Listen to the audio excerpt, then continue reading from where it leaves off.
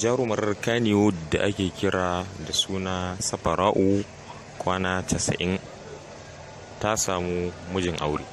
An samu wani matashi mai suna Muhammad T. Shehu ya fito a shafinsa na sada zumunta kamar yadda kuke gani, ya ce shi zai aure ta matukar ta amince, kuma ya ce wallahi da gaske yake.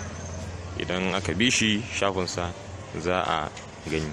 To da kafin mai nisa, da farko idan wannan ne farkon zuwanka wannan YouTube channel tamu mai suna Asakafa YouTube channel, muna roƙonka da ka shiga ka danna mana subscribing, za ka za samun zafafan labarai a kan kari da zarar sun faru. Mun gode.